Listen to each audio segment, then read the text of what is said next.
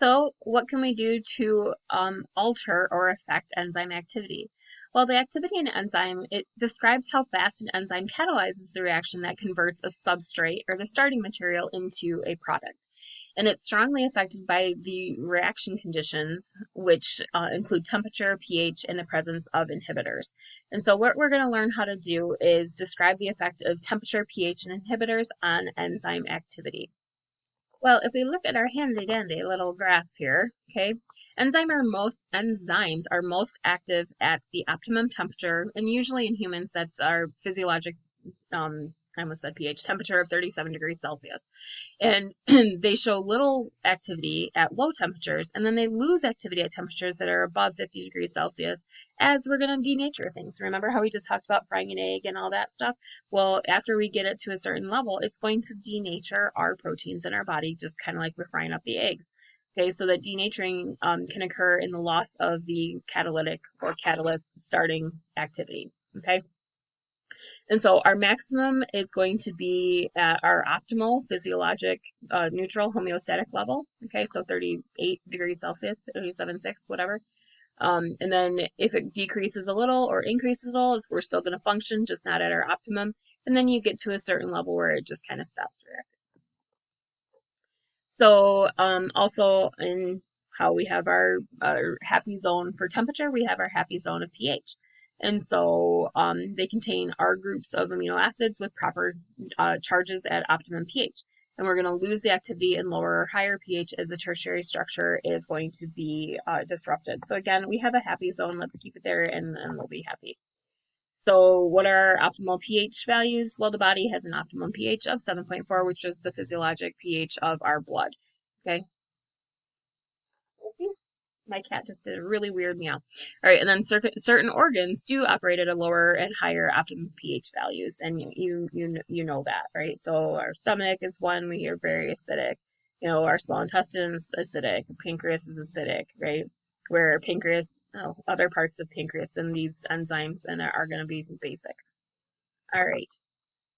So sucrase has an optimum temperature of 37 degrees and an optimum pH of 6.2. So determine the impact of each change on the enzyme activity. You can either do no change, increase, or decrease. Pause me and come back. So if we change our pH from 6.2 to 4, well, we are going to decrease our activity. Same thing, if we increase our temperature from 37 degrees Celsius to 70 degrees Celsius, that's almost doubling it, right? Actually, that is doubling it. Then we're going to decrease the activity as well, right? So let's talk about how we inhibit enzymes, okay? Well, inhibitors, those are molecules that cause the loss of catalytic activity, and they're going to prevent the substrates from being able to fit into the active site. So if we have an enzyme in the substrate, and then we have the enzyme substrate complex, and we make the enzyme in the product, where an inhibitor is going to happen is we're going to block the activity of that enzyme so we can no longer do that reaction. We have a couple different types of inhibitors. We have competitive and non-competitive. So a competitive inhibitor, this is going to be one that has a very similar shape to that of the substrate, and it competes with the substrate for the active site. And it has the effect reversed by increasing the substrate concentration. All right, so what does that mean? So basically, if I have keys on a keychain, right, and I put the wrong key into the door lock, it's going to fit, but it's not going to open my door. So that would be competing with that active site. But if I have 1,000 keys, eventually I'm going to end up getting the right key. So it is affected by the substrate concentration.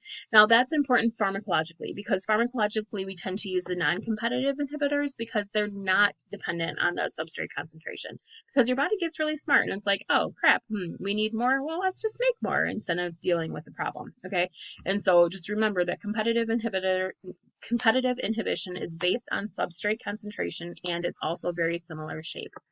Okay, so here we have an active site. We have the substrate, this is the normal reaction, okay? But you see how this guy, the bottom of him, is shaped the same, and it's the inhibitor, so it's going to fit in there and block the substrate from binding to it, therefore not allowing the reaction to occur. Well, then we have the non-competitive inhibitors, and this has a structure that's much different than that of the substrate, and it's going to bind to a substrate at a site that's distinct from the active site or other than the active site, and it changes the shape of the enzyme by altering the shape of the active site. And this prevents the binding of the substrate, and it cannot have its effect reversed by adding more substrate, okay? So again, pharmacologically, we tend to use this one a little bit more.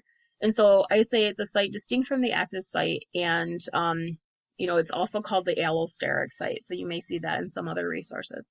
So again, this is a normal reaction where you have your active site and the enzyme. The substrate would normally bind in there, make a reaction to form the product. But when we have non-competitive inhibition, instead of dealing with the active site, you can see that this inhibitor is going to bind at a site that's distinct from the active site. So this was the active site, that would be the active site. But since we're binding at a site distinct from it, it's going to actually change the shape of the active site, therefore not allowing that substrate to bind to the enzyme. Okay. We also have irreversible inhibitors, okay, and this is a molecule that causes the enzyme to lose all activity, and it's often a toxic substance that destroys the enzymes. And this usually forms a covalent bond with an amino acid side chain that's going to prevent that catalytic activity. And this may be a nerve gas, an insecticide, or an antibiotic. But these guys are pretty nasty because if you think about your body, if you shut something down permanently, well, that's going to cause a huge problem, right? Okay. So competitive, non-competitive, and irreversible, right? So here's a little summary table for you: the shape, binding enzyme, and reversibility. Right, so let's apply this. Right, so identify each of the description as an inhibitor that is competitive or non-competitive. So pause me and come back. All right, so if we increase the substrate concentration and that reverses the inhibition, remember that's going to be your competitive inhibition. Where if it binds to the enzyme surface but not the active site, then that's going to be your non-competitive.